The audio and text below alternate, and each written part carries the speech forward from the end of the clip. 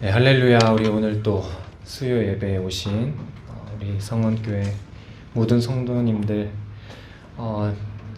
오늘 제가 또 수요 예배 이렇게 또 처음으로 말씀을 전하게 된 예쁜 이름을 가진 박다솔 강도사입니다. 예, 환영해 주셔서 너무나 감사드리고 기도해 주셔서 너무나 감사합니다. 예, 오늘 제가 여러분에게 나눌 말씀은 복음은 전진합니다 라는 제목으로 말씀을 전하도록 하겠습니다. 우리 하나님을 믿는 우리에게도 고난은, 이 시험과 환난은 찾아옵니다. 그리고 하나님의 자녀에게 일어나는 일들은 하나님의 자녀라고 하는데 어려운 일을 당하고 할 때 이것이 이해가 안 될 때가 많습니다. 그 성경에서는 이것을 하나님께서 선하게 바꾸신다 하지만 이거 사실은 이게 쉽사리 받아들여지지 않는 것이 현실입니다. 내가 그렇게 신앙생활하고 주님을 섬기고 기도했는데 어떻게 나한테 이런 일이 있을 수 있는가, 이런 물음을 가질 수가 있는 것입니다. 우리 여기 계신 우리 성도님들 중에도 정말 하나님 사이에서 해결되지 않고 정말 풀리지 않는 어떤 재난의 어떤 상황을 맞이하고 계실 수도 있습니다. 이때 우리가 절대 의심하지 말아야 될 두 가지가 있는데요. 그것은 먼저, 하나님은 나의 이런 문제와 어려움 속에서도 하나님 여전히 선하신 하나님이시라는 것입니다. 그리고 다음으로는 주님의 백성들을 향해서 비록 지금 고난이 있지만 그러나 이 고난 이후에 가장 선한 것을 예비하신 하나님이시라는 것입니다. 할렐루야. 그래서 성도가 이 환난 당할 때에도 우리가 기뻐할 수 있는 이유를 오늘 이 빌립보서 말씀에서 잘 보여주고 있습니다. 사도 바울은 복음을 전하다가 주후 60년경에 예루살렘에서 이제 체포되어서 로마로 이제 압송돼서 갔습니다. 그래서 이 사도 바울이 로마에 한 수감 생활을 하면서 쓴 서신이 바로 빌립보서입니다. 빌립보 교회에 있는 사도 바울이 일찍이 환상을 통해서 마게도냐로 와서 우리를 도우라 했던 그 환상을 통해서 이제 선교 여행의 방향을 아시아에서 유럽으로 돌리면서 2차 전도 여행 때 세운 교회가 바로 빌립보 교회입니다. 이 빌립보 교회의 성도들은 사도 바울이 수감되었다는 이 소식을 듣고 너무 심히 걱정하고 또 사도 바울의 그런 어떤 어려움을 생각하면서 사도 바울을 향해서 사랑의 헌금을 모아서 또 전달하기도 했습니다. 이 빌립보 교회를 향해서 사도 바울은 이제 걱정하지 말라고 이렇게 안심을 시켜주면서 또한 그 보내주신 헌금에 대한 감사의 말씀을 전하고 있습니다. 이 수감 생활을 하는 사도 바울이 빌립보 교회에게 전하고 싶었던 그 이야기가 있는데요. 그것이 무엇이었을까요? 첫째로, 감옥 안에서도 복음은 전진한다는 것입니다. 오늘 본문 12절에 보면 사도 바울이 이렇게 말합니다. 형제들아, 내가 당한 일이 도리어 복음 전파의 진전이 된 줄을 너희가 알기를 원하노라. 사도 바울이 당하고 있는 이 수감 생활이 오히려 자유로운 복음 전파를 일으키고 있다는 것을 빌립보 교회가 꼭 알았으면 좋겠다는 것입니다. 여기서 사도 바울이 알기를 원하노라 할 때에 원한다 라는 이 단어의 뜻은 간절하게 열망한다는 뜻입니다. 단순히 이거 알았으면 좋겠어 이게 아니라 꼭 알아야 돼 이렇게 말하고 있는 것입니다. 이제 막 세워진 지 10년가량 된 이 빌립보 교회, 이 빌립보 교회는 사도 바울의 이 고난의 소식을 들을 때 참 혼란스럽기도 하고 걱정도 많이 됐을 것입니다. 사도 바울이 어서 빨리 풀려나기만을 바라고 있었을 것입니다.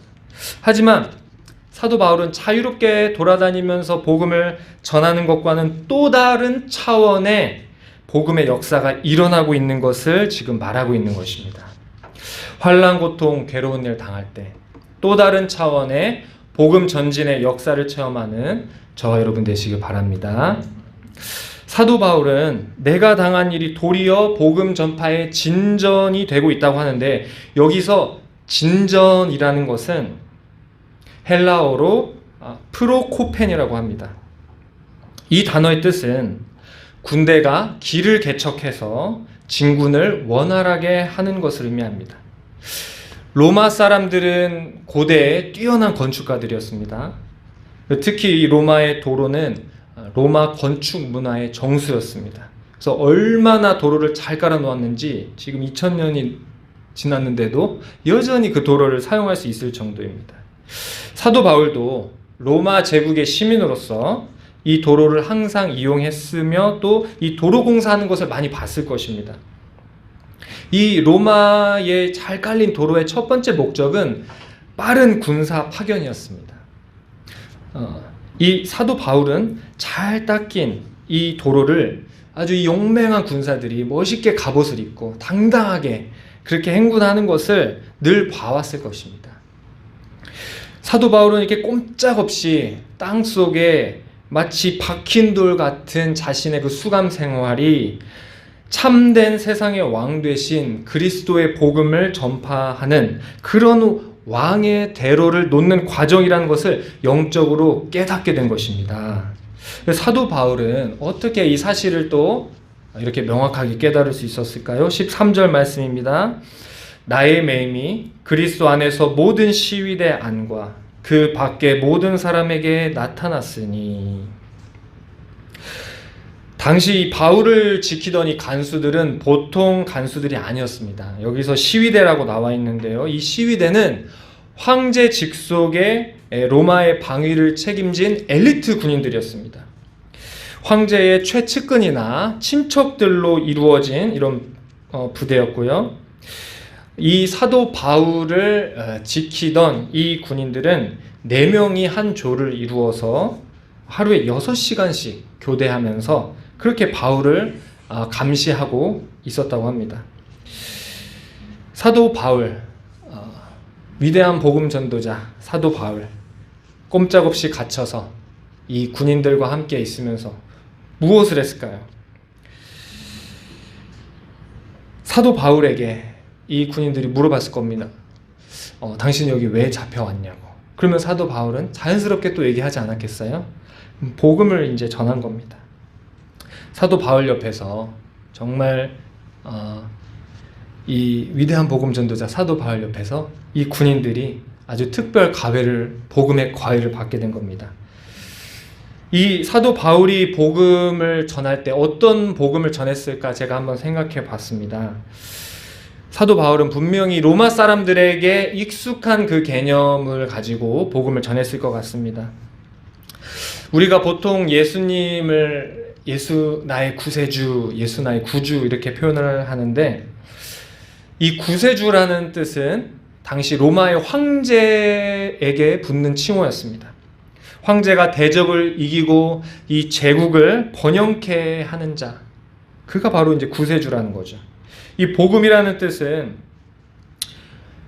황제의 군대가 이 적진에서 싸워서 승리하고 그 승리의 소식을 들고 오는 자, 그것이 바로 복음이었습니다. 이 로마 군인들은 항상 이 로마의 황제에게 충성 맹세를 하면서 구세주라고 고백하는데, 이 사도 바울은 로마 황제가 아니라 예수가 참된 구세주라고 이렇게 전했던 것입니다.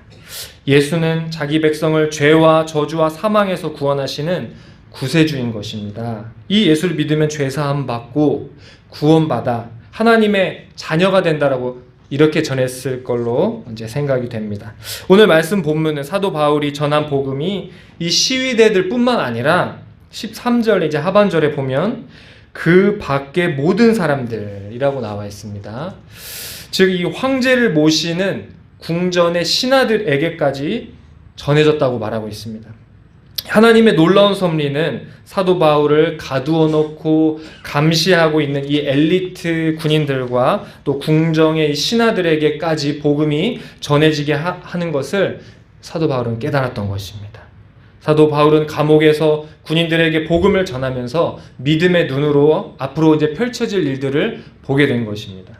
앞으로 이 복음이 로마 전역에 잘 닦인 도로를 통해서 이 로마 군인들이 전 세계로 신속하게 진군하듯이 바로 이 복음이 로마 전역으로 전파될 것을 믿음의 눈으로 바라본 것입니다. 복음은 아무리 옥에 가두어도 가두어지지 않는 것입니다.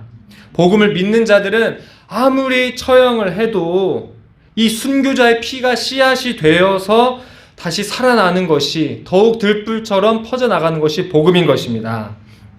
이 복음이 결국에는 로마 제국의 귀족으로부터 노예들까지 다 이 복음이 전해지고 또 이 로마 제국이 결국에는 이 복음에 사로잡히게 된 것입니다. 주후 313년에 밀라노 칙령을 통해서 로마 제국에서 기독교가 인정을 받게 되었습니다. 이후 복음은 로마 제국에서 찬란하게 꽃을 피우게 된 것입니다.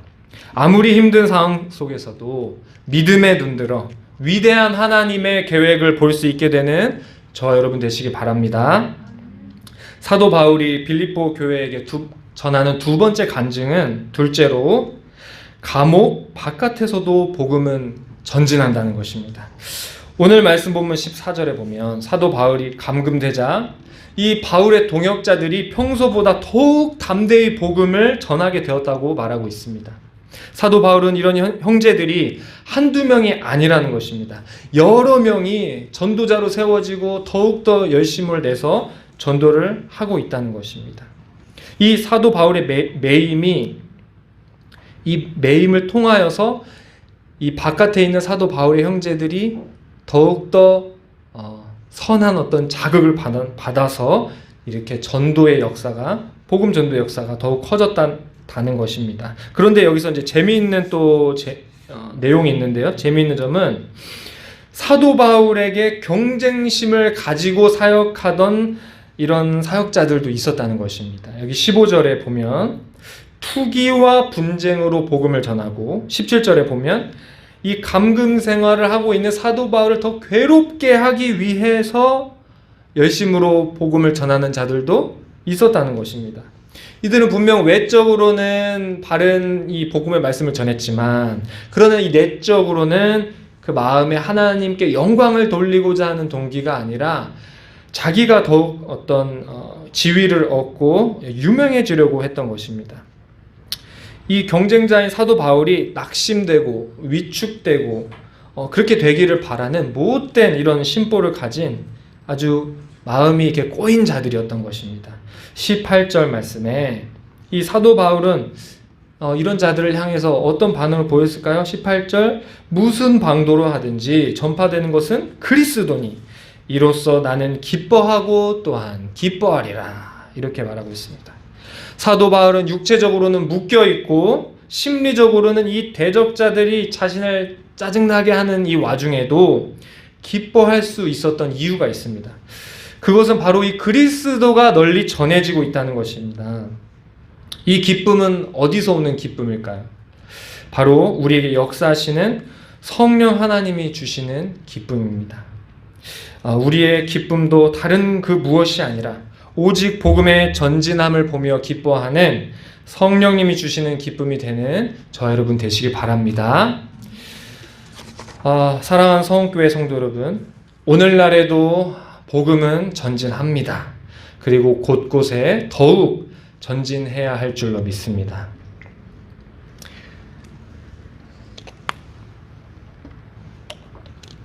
제가 우리 교회에 이제 부임하면서 바로 성경학교에 참여하게 되었습니다. 3일간 우리 선생님들의 활약을 보면서 와, 정말 우리 선생님들 열정이 정말 대단하시고 정말 많은 노하우도 있으시고 지혜로우시고 너무 정말 탁월하게 잘 하신다 이런 생각을 했습니다. 그리고 이 성경학교가 끝나고 이제 모여서 얘기를 하는데 선생님들의 간증은 이런 거였습니다. 우리 아이들이 얼마나 성경 공부 시간에 잘 듣고 대답도 잘 하는지, 또 얼마나 이 성경 공부를 흥미로워하는지, 얼마나 또 적극적으로 참여를 했는지, 이것을 기뻐하고 감격하는 그런 내용들이었습니다. 사랑하는 우리 성원교회 성도 여러분, 주일학교 교사와 주일학교 교사가 아닌 분의 차이가 뭔지 아십니까? 이 주일학교 교사이신 분들은 주일학교 교사가 일단 아닌 분들, 주일학교 교사 아닌 분들은 예배를 드릴 때 내가 은혜를 받으면 기쁩니다. 예. 그런데 이 주일학교 교사들은요, 예배를 드리고 우리 아이들이 은혜 받는 걸 봐야 은혜를 받습니다. 예. 이것이 이제 주일학교 교사입니다. 예. 이것이 바로 복음 안에서 기뻐하는 것인 줄로 믿습니다. 이번 성경학교를 통해서 이 복음이, 이 하나님의 말씀이 우리 아이들의 심령에 더욱 한 발짝 더 전진한 줄로 믿습니다. 이 복음이 전진한다는 것은 또 다른 표현으로는 우리 교회 표 말씀과 같이 말씀이 이제 흥왕케 되는 것이라고 생각이 되어집니다. 하나님 말씀이 선포되고, 하나님 말씀이 깨달아지고, 말씀이 위로가 되고, 치유가 되고, 회복이 되는 것입니다. 이 복음의 원리로 우리 삶을 사는 것입니다. 이제 시작되는 하반기에도 말씀으로 흥왕케 되고 복음이 전진하는 저와 여러분 되시기 바랍니다. 복음이 우리 삶에 전진하려면 어떻게 해야 될까요? 예, 우리 자녀 세대들도 우리 함께 예배를 드리고 있다는 사실에 저는 너무나도 감격스럽습니다. 우리 자녀 세대들에게 권하고 싶습니다. 우리 성원교회 다음 세대가 이 세상 친구들 가운데 정말 좋은 친구들이 되기를 바랍니다. 예, 이것이 바로 복음이 전진하는데 굉장히 좋은 도구가 되는 것이기 때문입니다. 이번 성경학교에 우리의 교회에 새롭게 온 친구가 있었습니다. 이 친구가 몇 학년인지 누구 친구인지 알아보니까 진헌이 친구라고 했습니다. 예. 제가 이 친구가 정말 성경학교 기간 동안에 굉장히 열심히 참여하고 굉장히 즐거워하고 그러는 것을 보았는데, 지난 주일 예배 때는 무려 1시간이나 일찍 와서 아직 불도 안 켜져 있는데 와가지고 찾아온 것입니다. 그래서 제가 얼른 연락을 돌렸더니 선생님들이 깜짝 놀라서 세상에 아침밥도 안 먹고 이렇게 온 친구 위해서 막 우유를 들고 오겠다고 막 또 그러셨습니다. 참 이렇게 성경학교의 귀한 또 열매를 이렇게 보게 되었습니다. 이 청소년 아이들은 자신의 정체성을 이 친구들 사이에서 찾으려고 합니다. 그래서 이 친구가 게임을 하면 같이 게임을 하고, 친구가 교회를 가면 같이 교회를 가게 되는 것입니다. 그래서 우리 부모님들은 우리 다음 세대를 볼 때에 우리 아이들이 정말 잘 지내고 있는지 안 지내고 있는지, 이 아이들이 정말 복음의 통로로 쓰임 받고 있는지 안 받고 있는지를 보려면 친구들과 잘 지내는지 아니면 혼자 놀고 있는지를 잘 보시면 될 것 같습니다. 그래서 아이들이 항상 친구들과 좋은 관계를 또 유지할 수 있도록, 그래서 그것을 통하여 복음의 또 귀한 축복의 통로가 될 수 있도록 항상 그렇게 신경 써 주시면 좋을 것 같습니다. 그래서 우리 정말 성원교회 우리 다음 세대 아이들이 정말 이 복음이 전진하는데 위대하고 귀한 그런 축복의 통로가 되기를 축복합니다. 사랑하는 성원교회 성도 여러분, 정말 우리는 복음이 전진하는 귀한 통로입니다. 제가 이 성원교회에 와서 오자마자 우리 또 목사님과 또 이렇게 여러 가지 들려오는 그런 이야기들이, 정말 어떤 분은 몸이 아프시고, 또 어떤 성도님은 어디 병원에 또 가게 되시고, 갑자기 또 수술을 받게 되시고, 이런 마음 아픈 소식들이 많았습니다. 또 어떤 분은 사랑하는 가족 중에 이렇게 먼저 일찍 보낸 분들도 더러 계시다고 제가 들었습니다. 그래서 우리 성원교회 성도님들이 겪은 여러 가지 일들을 이제 사연을 보면서 저도 참 무거운 마음으로 어떤 삶을 사셨을까, 얼마나 힘드셨을까 이렇게 잠시나마 좀 헤아려 볼 수 있었습니다. 그러나 거기서 얘기가 끝나는 것이 아니었습니다. 바로 그런 사연들이 있었지만 그 뒤에 정말 너무나도 놀라운 간증들이 있었는데요. 이런 슬픈 일들을 통해서 이 성도님들과 일가족들이 다 교회로 나오게 되었다는 또 그런 간증들도 들었습니다. 도리어 믿음이 더 자라나고 더 예배 생활을 정착을 할 수 있었던 어떤 계기가 되었다, 이런 얘기를 제가 듣게 되었습니다. 사랑하는 사람이 병을 얻거나 먼저 떠나보내는 일은 정말 슬픈 일이지만 그런 어려움 속에서도 하나님을 원망하고 하나님에게서 멀어지는 것이 아니라 이 복음이 다른 가족들에게 전진한다는 것은 진정한 천국의 위로와 소망인 줄로 믿습니다. 예, 우리가 복음은 전진한다 할 때에 저 멀리 이 선교지에서나 이 복음이 전진한다고 생각합니다. 하지만 이 최근에 이 선교에 대한 개념이 지정학적인 개념에서 이젠 또 다른 개념이 제시되고 있습니다. 예, 단순히 동해에서 서쪽에서 동쪽으로 이렇게 가거나 아니면은 복음화된 지역에서 또 미전도 지역으로 뻗어나가는 그런 이제 지도를 펼쳐놓고 그렇게 어디에다가 복음을 전진할 것인가 보던 그런 패러다임에서 이제는 또 다른 새로운 개념이 나오는데요. 그것은 무엇이냐? 세계적인 복음 전파도 중요하지만 세대 간의 복음 전파도 중요하다는 것입니다. 그러니까 이 세대에서 세대가 복음이 원활하게 전진이 되고 있지 못하다는 것입니다. 예. 그래서 우리 오늘 이렇게 함께 예배드리는 우리 다음 세대는 진정한 이 다음 세대의 미래가 되는 줄로 믿습니다. 우리 하나님께서 땅끝까지 이르러 주 복음을 전하라고 하시는데 이 땅끝 우리가 보통 생각하는 그 땅끝 선교지를 생각할 때에 이 선교지는 선교사님들이 잘 사역을 하시면 됩니다. 그런데 우리가 등잔 밑이 어둡다고 사실 땅끝이 우리 가까이 있습니다. 땅끝이 어디에 있느냐? 우리 한 이불을 덮고 주무시는 우리 배우자분들 중에 아직 믿음이 없으신 분들, 이분들 땅끝입니다. 또 우리 자녀들, 또 손주들, 동네 이웃들, 어디든지 예수님을 모르고 교회에 와본 적 없는 분들, 그 모든 분들이 영적으로는 땅끝이 되는 것입니다. 이들을 향해서 복음이 전진해야 될 줄로 믿습니다.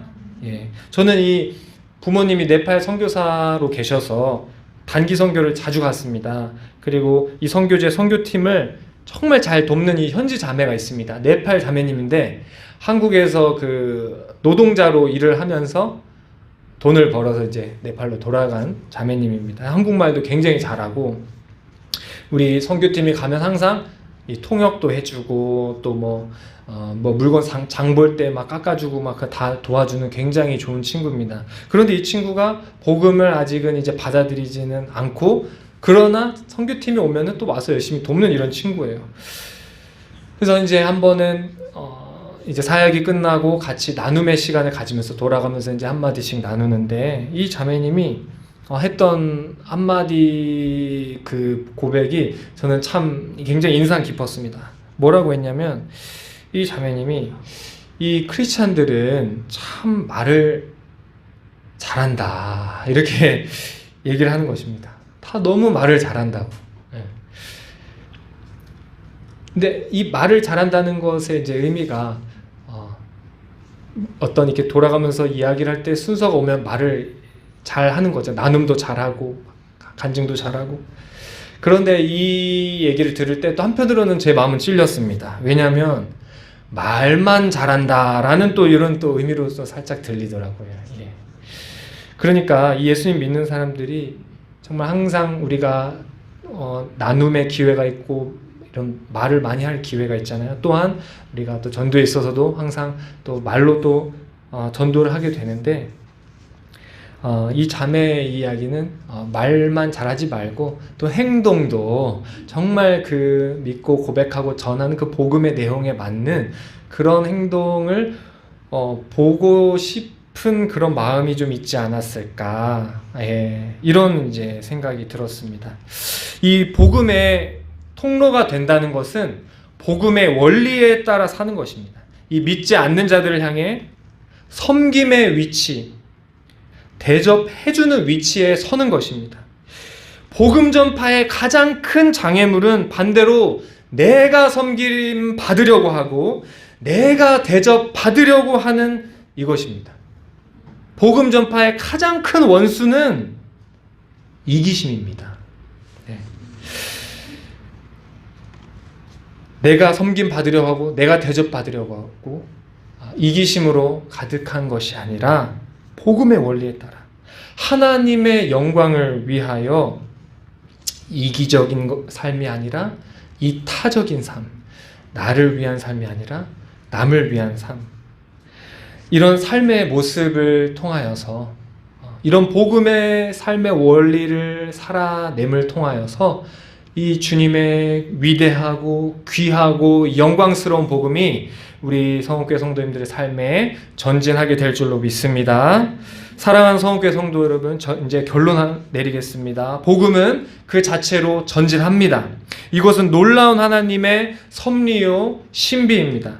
특히 어려움을 당한 성도들의 믿음의 고백은 귀한 복음 전파의 도구로 하나님께서 사용하시는 것입니다. 우리가 겪는 모든 어려움은 결국 주님을 높이는 간증거리가 될 것입니다. 이 신비를 깨달아 시험, 환난, 어려운 일 당할 때에 주님, 이 고난을 복음 전파의 귀한 도구, 하나님을 믿지 않는 자들을 향한 간증이 되게 하여 주옵소서. 복음이 전파하는 것을 보게 하여 주옵소서 하고 기도하는 저와 여러분 되시기를 바랍니다. 기도하겠습니다. 하나님 아버지 감사합니다. 복음은 전진하는